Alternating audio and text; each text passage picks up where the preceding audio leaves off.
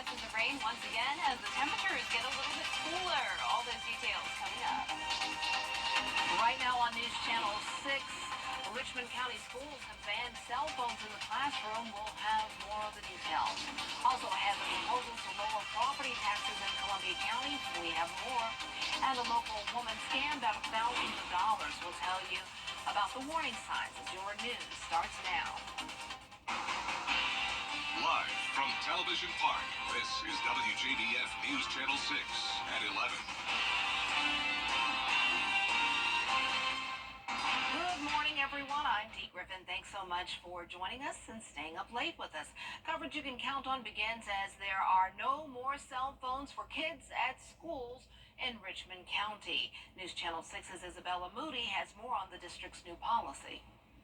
Richmond County school system is having a few changes in this upcoming school year, one being a new cell phone policy. The biggest change is that we will not allow them to be utilized during the instructional day.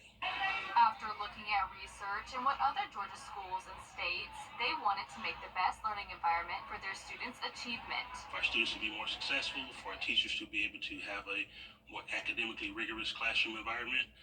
We also recognize that sometimes without controls, cell phones can be used and jeopardize safety. Students will not be allowed to use their cell phone at any point in the day.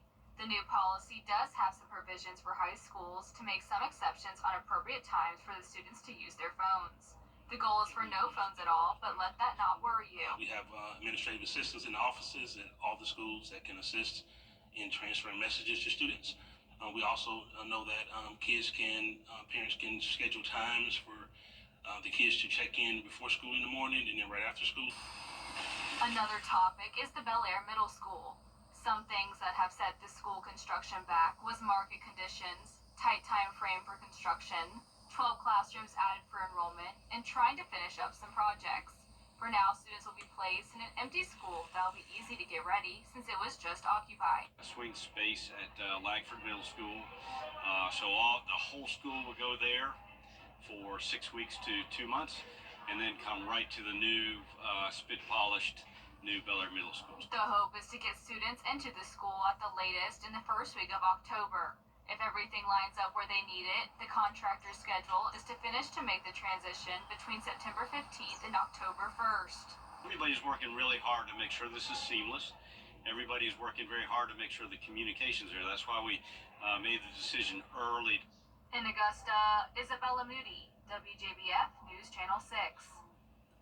Time now for our first look at the forecast with meteorologist Jenna Petracci. And earlier over the evening time, we had a lot of rain, and it looks like it's still wet out there. Yeah, it's a very damp night. We are still seeing some scattered showers around. You can see those raindrops on our camera lens here as we take a look at our Terry Lambert Hyundai Skyview cam in Swainsboro. So let's take a look now at where the rain is. We can see we have some spotty showers left over in Aiken County, and we have a whole new brand new batch of rain coming in from the west, impacting places like Sandersville. But let's start out from the east.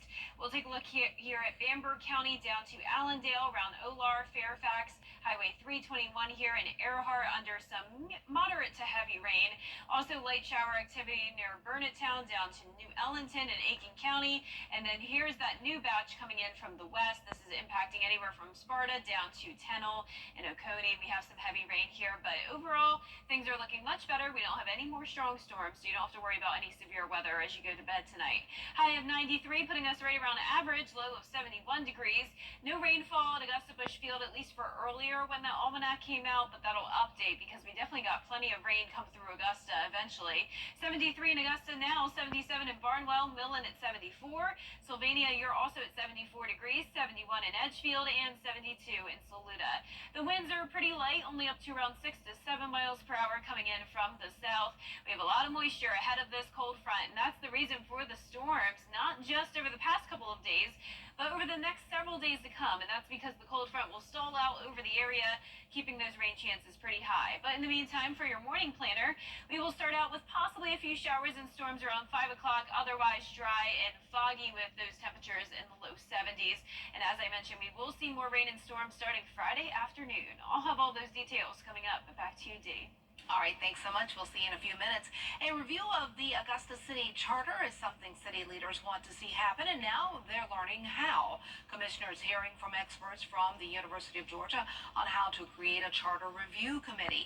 The experts say, based on what other cities have done, the process can take as long as a year and a half and cost around $200,000. It's worth it because in the 28 years, we've never had any form of review.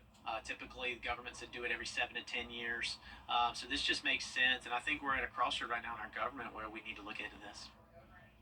UGA officials tell commissioners whatever the Charter Review Committee comes up with will only be recommendations. The final say on any charter changes would be up to state lawmakers. Well, there are questions about proposed changes to the millage rate in Columbia County. Changes that could save money for homeowners, Graham Lee reports. Property values continue to rise in Columbia County, but it's a problem Chief Appraiser Morgan Audie says goes beyond the last 4 years. What we hear from the experts who study this kind of stuff is that we've basically been in a housing market depression for decades now. His office is responsible for setting the value of properties. He says the rise in values has been more noticeable since the COVID-19 pandemic, when the housing supply started to decrease and prices increased. You had a lot of people wanting to buy, interest rates started going down. There was a lot of opportunity there for people to get a house, but there wasn't any houses to buy. Houses were staying on the market for one day. But now times have changed. Commissioners are considering lowering the millage rate, but wouldn't necessarily mean taxes would go down. So, assuming that your house had no increase in value this year, and we reduced the millage rate, then effectively you would pay less taxes. Okay? If your value did go up and the county lowered the millage rate, it would depend on how much they lowered the millage rate to decide whether or not it would be the same amount of taxes you paid last year or a lower amount of taxes. It would depend. Johnson says, in effect, commissioners are trying to mitigate rising home values by lowering the millage rate, hoping to keep property taxes as low as possible. We live in a community in Columbia County where quality of life is good and property values are going up. So the commissioners have to do what they can to combat those values going up by lowering the millage rate. So for people to think that Columbia County is raising taxes, that is actually a misconception. We are lowering taxes. Property values are going up, and that's what's affecting the tax bill. The Columbia County Sheriff's Office wants you to be careful online after a Grovetown woman was scammed out of $22,000. Educators say there are already concerns for the upcoming school year as the lack of substitute teachers remains a problem in South Carolina. Teachers say some of the reasons behind the shortage are low pay and behavioral issues from students, but some say it's a problem that can be addressed. If you have a class and you know there are behavior issues in there, let's deal with those behavior issues before the sub gets in there. Let's not just leave them for the sub to have to deal with. So I think the more proactive schools can be, the better it makes those situations for the substitutes. And then, of course, doing everything that we can to raise the pay. Educators also say the requirements for subs should be strengthened to ensure students are getting quality teaching while their normal teacher is out. Well, it's that time of year again for children to get their updated immunizations for the new school year. Local health departments are working to make it easier for parents to get their children's vaccinations. Doctors say if you are unsure of the vaccinations needed for your child, the health department can assist you. If you have your vaccines given in Georgia, we would have access to your vaccine record as well. If you have a student that's new to Georgia schools, regardless of the grade that they're going in, they are required to have screenings done, and we can do those screenings at the health department. They need a vision screening, a dental screening, a hearing screening, and also a nutrition screening before they can get enrolled into Georgia schools. And don't wait until the last minute to get your child's vaccines, as health departments are expected to be busier at back-to-school time. Coming up, USC Aiken Athletics is getting a makeover. We'll have a look at the Pacers' new softball field when Coverage You Can Count On continues. And the wet and stormy pattern continues. We have high chances of rain over the next few days, including the weekend. But on top of that, we also have some cooler temperatures. All those details when we return. I have some exciting news. More people count on Tim Miller in 5 5 for 6 than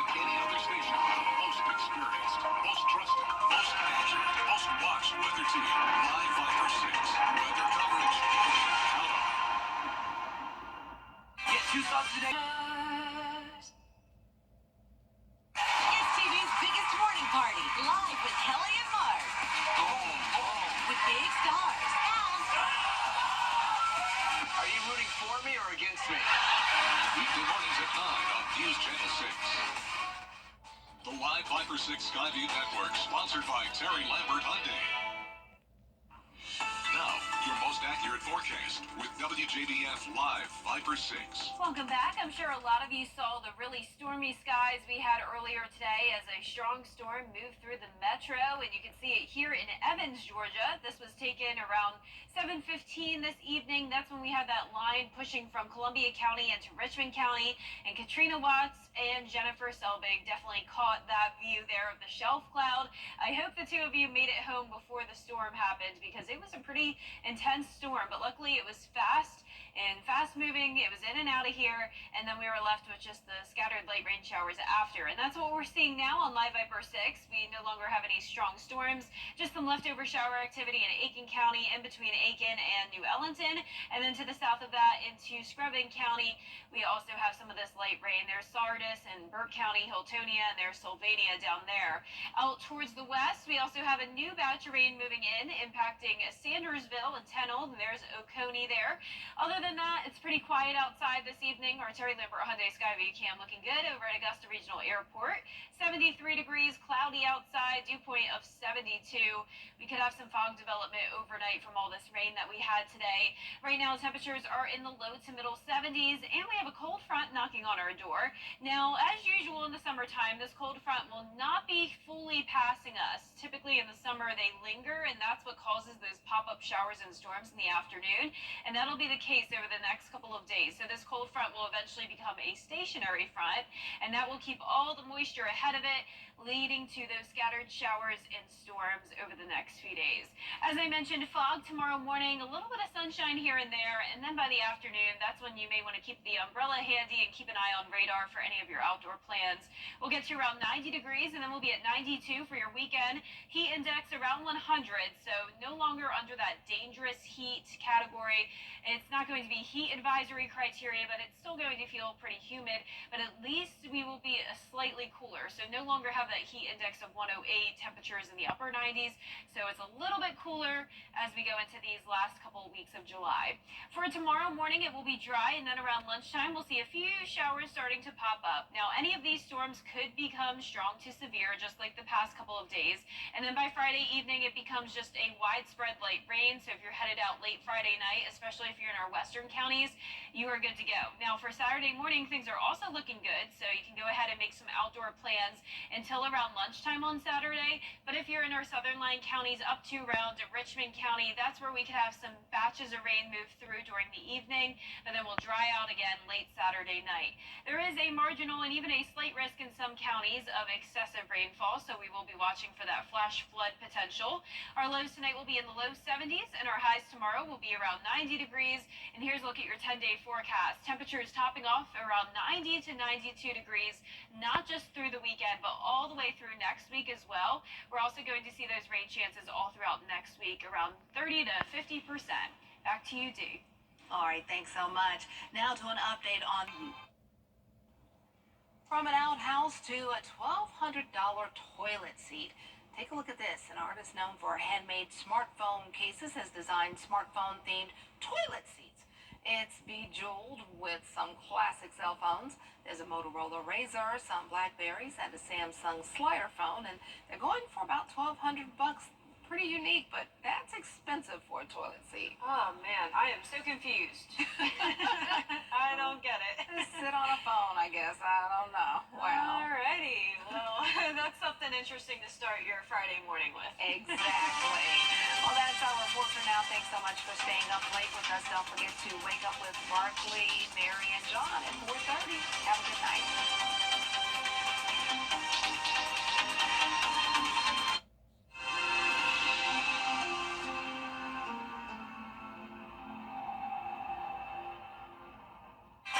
Swing by Bojangles.